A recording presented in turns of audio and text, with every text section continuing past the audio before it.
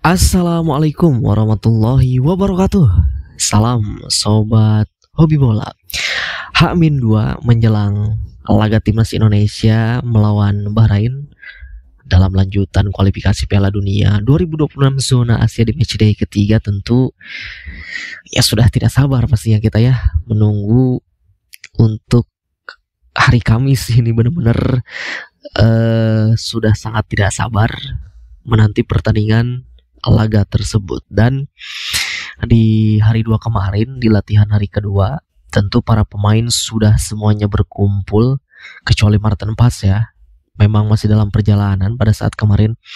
Dan di hari kedua ini terlihat pelatih Sintayong sepertinya sudah menerapkan mode serius, karena memang di latihan hari perdana itu para pemain terlihat sangat benar-benar ceria sekali, sangat-sangat menyenangkan lah di latihan hari perdana. Tetapi di latihan hari kedua sepertinya STY sudah mulai menerapkan latihan yang serius dan tentu sudah mulai latihan taktik dan juga strategi ya.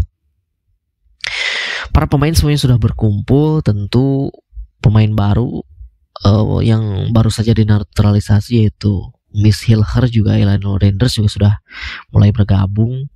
Tetapi tentunya kita masih nunggu dari kabar dari Maarten Pas ya, karena Maarten Pas ini memang dijadwalkan hari ini sampai Bahrain itu menurut manajer tim nasional Indonesia Pak Sumarji mengatakan bahwa Maarten Pas ini akan sampai di Bahrain sekitar pukul 14.40 waktu Bahrain atau pukul 18.40 waktu Indonesia Barat. Nah, sekarang sudah menunjukkan pukul 20 waktu Indonesia Barat. Tentunya harusnya Maarten Pas ini sudah sampai di Bahrain, dan Pak Sumarji juga mengatakan bahwa ketika nanti Maarten Pas ini sudah sampai di Bahrain, tentu tim dokter juga akan langsung mengecek dan memeriksakan bagaimana terkait perkembangan dari pemulihan cederanya pergelangan tangan dari Maarten Pas ya.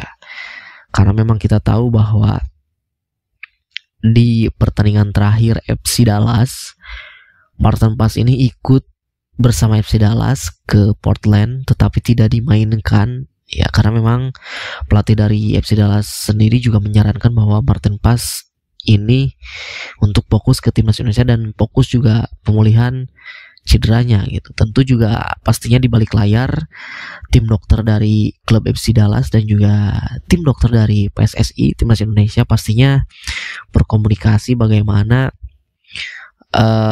caranya untuk proses pemulihan cedera dari Maarten Pas ini bisa lebih cepat. Nah, tentu kita masih nantikan kabar terbaru dari Maarten Pas seperti apa nantinya. Mudah-mudahan setelah nanti Maarten Pas datang ke Bahrain, tim dokter langsung bekerja dan tentu mudah-mudahan diharapkan bisa pulih sesegera mungkin dan bisa tampil melawan Bahrain ya. Kita doakan saja. Nah, kita flashback sedikit berbicara soal head to head Indonesia melawan Bahrain ini. Indonesia sudah bertemu sebanyak 7 kali dengan Bahrain, di mana diantaranya Indonesia 2 kali menang, 3 kali kalah dan 2 kali seri ya. Yang paling ikonik saat itu pada tahun 2007 di ajang Piala Asia 2007, Indonesia saat itu menjadi tuan rumah dan di matchday pertama tuan rumah timnas Indonesia bertemu dengan Bahrain dan berhasil menang dengan skor 2-1 ya di hadapan puluhan ribu penonton di Stadion GBK.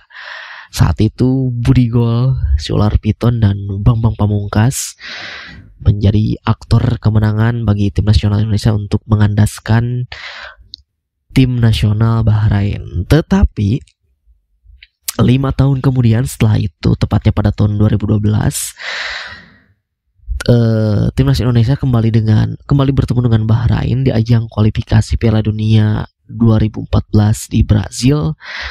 Saat itu sangat tidak terduga timnas Indonesia harus kalah dengan skor yang sangat telak. Ini benar-benar memalukan sekali. Ini adalah benar-benar sepak bola yang kelam bagi timnas Indonesia. Saat itu di lanjutan kualifikasi Piala Dunia 2014, timnas Indonesia harus menyerah dari tuan rumah Bahrain dengan skor yang sangat-sangat telak, yaitu dengan skor 10-0 ya. Dimana memang saat itu juga di dalam tubuh Federasi PSSI sedang terjadi kisruh di internal. Pada saat kisruh tersebut ada dua liga yang bergulir, yaitu ada Indonesia Premier League atau IPL dan Indonesia Super League atau ISL. Nah, tentu inilah dasarnya yang membuat timnas Indonesia saat itu bisa terjadi pembantaian yang sangat sadis oleh timnas Bahrain dengan skor 10-0 itu ya. Kenapa timnas Indonesia saat itu bisa kalah dengan skor yang tidak wajar? Nah, sebetulnya di kualifikasi Piala Dunia 2014 itu timnas Indonesia saat itu bisa saja berbicara banyak lah di ajang kualifikasi Piala Dunia 2014 itu, walaupun target untuk lolos itu sangat jauh ya, karena memang persaingannya juga sangat-sangat ketat sekali. Negara-negara dari langganan Piala Dunia seperti Iran, Jepang, Australia, dan Korea Selatan juga pastinya selalu mendominasi di saat itu. Tetapi minimal saat itu Indonesia masih bisa berbicara banyak lah di sampai ronde-ronde akhir gitu. Karena memang saat itu timnas Indonesia diisi oleh beberapa pemain alumni Piala AFF 2010 ya. Ada Christian Gonzalez, Ahmad Bustomi, lalu juga ada juga Boaz Salosa, walaupun Boaz Salosa saat itu tidak ikut Piala AFF 2010 tapi berpotensi untuk bisa membawa timnas Indonesia berbicara banyak di kualifikasi Piala Dunia 2014. Kurnia Mega juga. Nah, tetapi pada saat terjadi kisruh internal di PSSI tersebut, nama-nama pemain tersebut yang bermain di Indonesia Super League, di SL, itu mereka tidak bisa bermain untuk timnas karena memang saat itu liga yang diakui oleh PSSI adalah Liga IPL ya, Indonesia Premier League. Nah, disinilah mulai terjadi tragedi kelam sepak bola Indonesia melawan Bahrain gitu.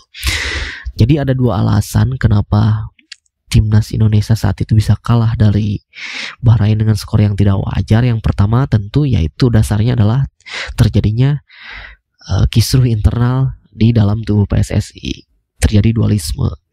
Dan tentu yang kedua adalah komposisi pemain yang tidak ideal. Saat itu pelatih Aji Santoso ditunjuk untuk menjadi pelatih tim nasional Indonesia dan tentu tidak punya banyak waktu untuk persiapan melawan Bahrain di dalam lanjutan kualifikasi Piala Dunia 2014 untuk bertandang ke Bahrain. Dan tentu Aji Santoso hanya punya pilihan para pemain yang bermain di IPL, ya Indonesia Premier League. Dan tentu di situ juga pilihan pemain sangat terbatas. Bahkan ada juga pemain yang belum pernah punya caps bersama timnas itu dipaksakan untuk ikut masuk ke dalam skuad. Jadi ya hasilnya seperti itulah di lapangan.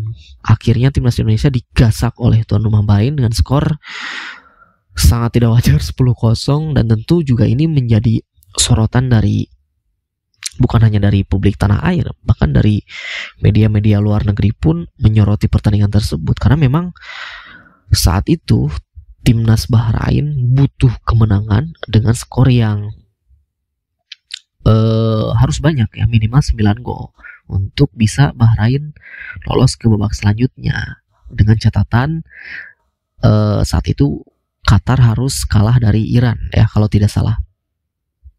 Bahkan juga saat itu sempat federasi dari AFC dan juga FIFA menyoroti bahwa di pertandingan tersebut ada dugaan permainan sabun ya dalam tanda kutip. Tetapi hasil investigasi dari AFC sendiri itu juga kita tidak tahu sampai sekarang apa hasilnya ya. Bahkan ada yang mengatakan bahwa AFC telah menginvestigasi dari pertandingan tersebut, tetapi hasilnya ya tidak ada indikasi permainan sabun seperti itu. Nah, itu tentu adalah masa-masa kelam timnas Indonesia, dan juga itu adalah pertemuan terakhir Bahrain, timnas Indonesia melawan Bahrain. Dan tentu kita 2 hari ke depan timnas Indonesia akan kembali bertemu dengan Bahrain dalam ajang yang sama, yaitu kualifikasi Piala Dunia 2026.